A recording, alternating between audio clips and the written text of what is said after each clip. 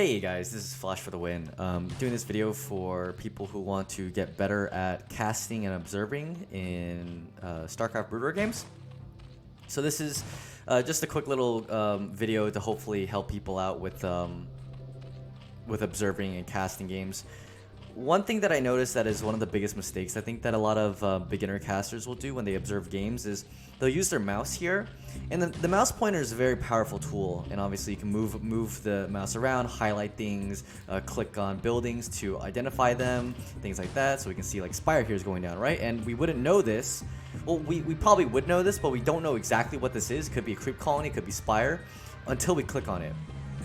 The problem is people overuse this mouse pointer a lot. So what sometimes people will do is they'll keep clicking around like this, and for the viewer, it's very distracting when the mouse continues to move all around the screen. People's eyes when they watch a video are drawn to naturally what's going on the screen. So right now we see these Zerglings moving over here. So they're naturally a viewer's eyes are going to be drawn to these Zerglings. If I'm moving the cursor around at the same time though, the viewer's eyes actually get drawn to the cursor rather than what's actually happening on the screen. So we want to make sure that when we're identifying things, we're identifying them that is important to the viewer and that we want to highlight exactly what the viewer wants to look at. So try to avoid moving the mouse around too much. Use it to really make sure that they're getting a good view of what is actually important. One other thing that is also important with the mouse is moving and scrolling with the mouse. You can see how distracting this is right now when I move the mouse left to right on the screen. This is why we use arrow keys. So now right here, you can see I'm using arrow keys. It's a little fast, and I understand that for a lot of people, that this can be a little bit jittery sometimes. My suggestion is if you're moving, for example, let's say I'm following this overload, right? So the overload will get to the edge of my screen, and then I'll recenter it like that. So instead of doing this, like you see, so for example, if I want to keep the overload centered on the screen, you notice how like I'll tap the keys to like keep it centered.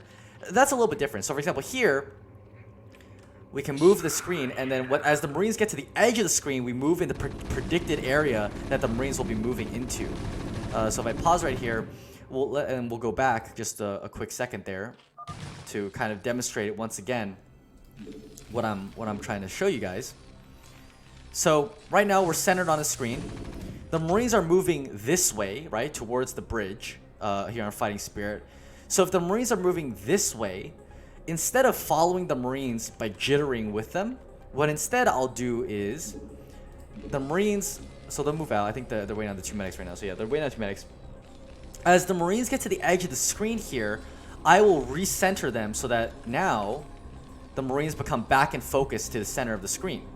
So you'll notice that it's not jittery. So right now, if I were to do the jittery motion, I'm doing this. That's very distracting, right? Because the viewer is trying to readjust their eyes every time the screen moves. So here, we can see, okay, the Zerglings are moving this way. Marines are going to be going down. So now I can move back this way to recenter on the Marines. So this way, I'm utilizing the least amount of camera movement here to be able to view exactly what is important on the screen. And so again, for there, I highlighted the sun colony because for the viewer, you want to know how much longer the sun colony is going to take to complete. We want to know the HP, all that good stuff. So those are some things that you should work on. One other thing is, I guess the last thing in terms of observing is always pay attention to the minimap. The minimap is probably your best friend when you're observing. You'll be able to see a lot of times things that you might not normally think about because you're focused on one aspect of a fight. For example, right now, obviously the focus is going to be right here with this current fight. But I can go back here and look at the hatchery and say, oh, okay, like if I look at the minimap right now, I'll notice that, okay, what's this big building here doing? Is this a factory or an engineering bay? Okay, it's an engineering bay. But we might see another big blob of yellow on the map later on that could be right around here, right? On the minimap, it'd be about here. And if he builds a factory later, we can say, okay, he might be building a factory. If he gets the gas, we'll notice it on the minimap that this will be yellow, right? For Zerg, it's a little bit harder, obviously. All their buildings kind of are kind of blending in everywhere. But for Terran, it's a little bit better, a little bit easier. You'll notice that currently it's got 3 barracks here. I know that because there wouldn't be any other buildings at this moment here with these 3 buildings. So on the sides, there could be a factory and then maybe later on a starport or 2.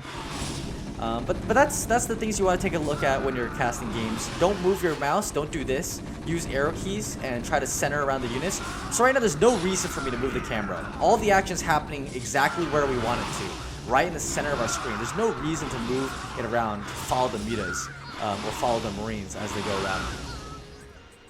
One thing as well is you can, so this is default to zoom. You can also move it back by 2 clicks. Normally, I like doing it by 1 or 2 clicks because it just helps me get a bigger picture of what is going on. Obviously, W will hide, the hotkey W will hide your unit panel here. Helps a little bit. So now I see that mutas on the minimap here are moving into the terrain main. And how do we spectate this action here? Do we hover over the mutas and do we jitter around? No, we don't. We can know exactly where the mutas are going to be going around here as they move back and forth. So we minimize how much camera movement is going to be here with these mutas. So you see the mutas are now projected to be around this area. I can move it around. These are going to harass these missile turrets. You want to try to predict exactly where the mutas are going to go. So now that the mutas are moving away, we can see the Marines are actually pushing out here. We see that via the minimap.